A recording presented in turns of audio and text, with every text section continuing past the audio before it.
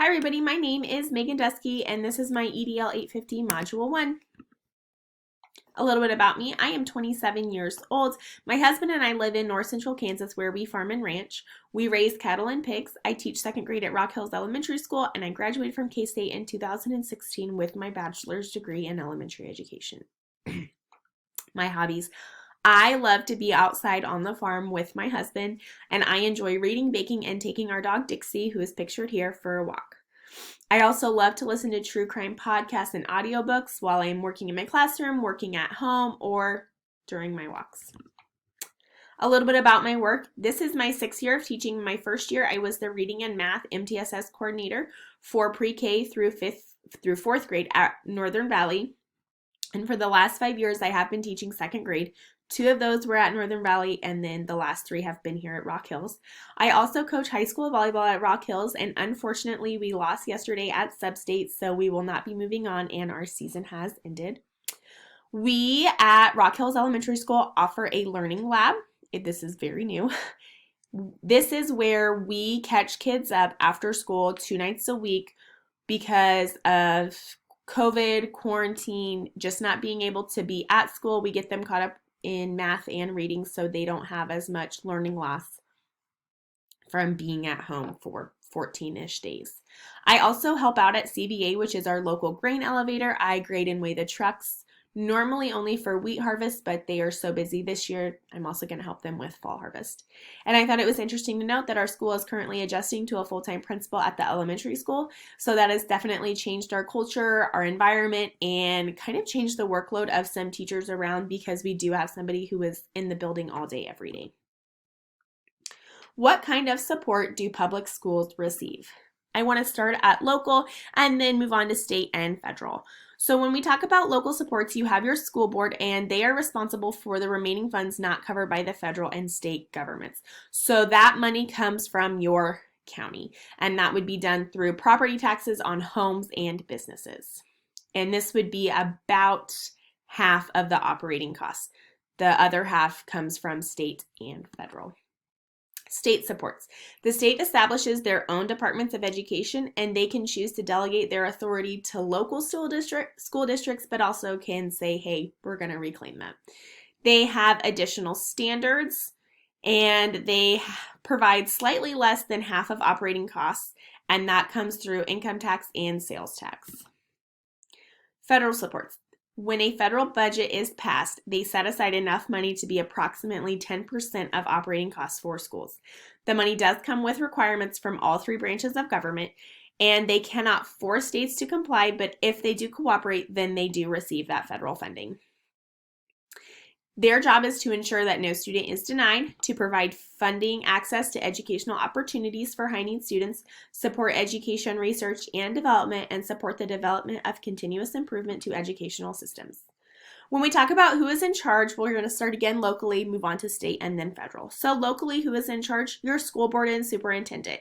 And the biggest things that they deal with are your curriculum, your hiring and firing of personnel, and then deciding does our school need to close or consolidate if that's an issue in your area. Your superintendent is hired and paid. Across the nation, 96% of your school board is voted in by popular vote. Otherwise, they would be appointed. And this is done from a volunteer basis and they are not paid. I thought it was interesting to note that the educational policy is decided at state and local levels due to our 10th Amendment. Who is in charge at the state level? We have the state government has primary accountability and oversight for government-ran schools. They develop their own departments of education and pass laws governing school practices. You have your State Board of Education, which is also voted in, and then you have Dr. Randy Watson, who is our current Commissioner of Education here in Kansas. And their jobs are to create, implement, and enforce standards differently. And the standards provide a basic framework. And then here in Kansas, they add on like 15% or those extra things that they want students in Kansas to specifically have. When we talk about who is in charge at the federal level, their Department of Education is a cabinet level agency, and they operate on every level of education. Their mission is to promote student achievement and preparation for global competitiveness by fostering educational excellence and ensuring equal access. Miguel Cardona is our Secretary of Education.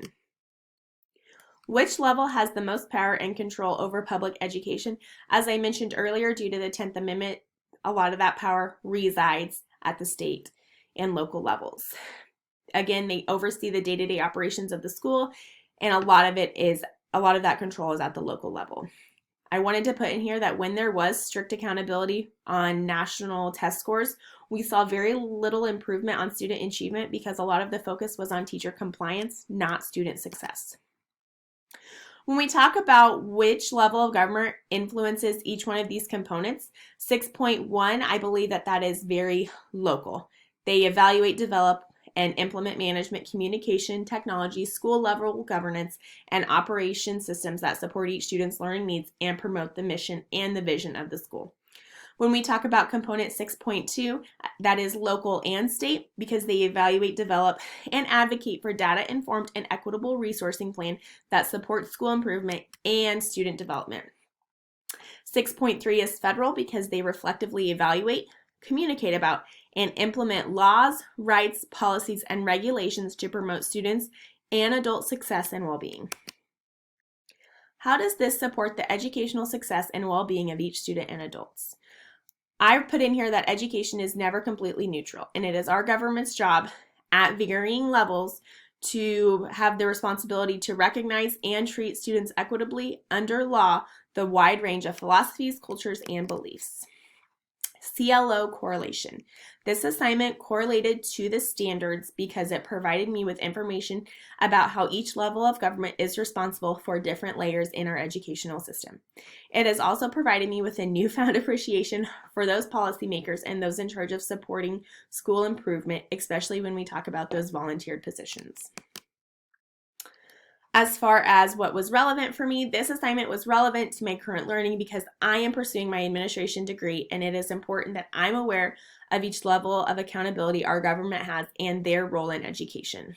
This assignment improved my level of understanding based off of the large role our state and local government has over our school district and the policies that we have in place. Reflection. This assignment will definitely change the way I teach and learn by allowing me to be more of an advocate for student success, since a lot of those policies and power comes from local and state. And this will influence the decisions I make as a leader by being able to educate other school leaders about our funding and then be able to make those decisions about where and how our funding is spent. This is my resources. Thank you.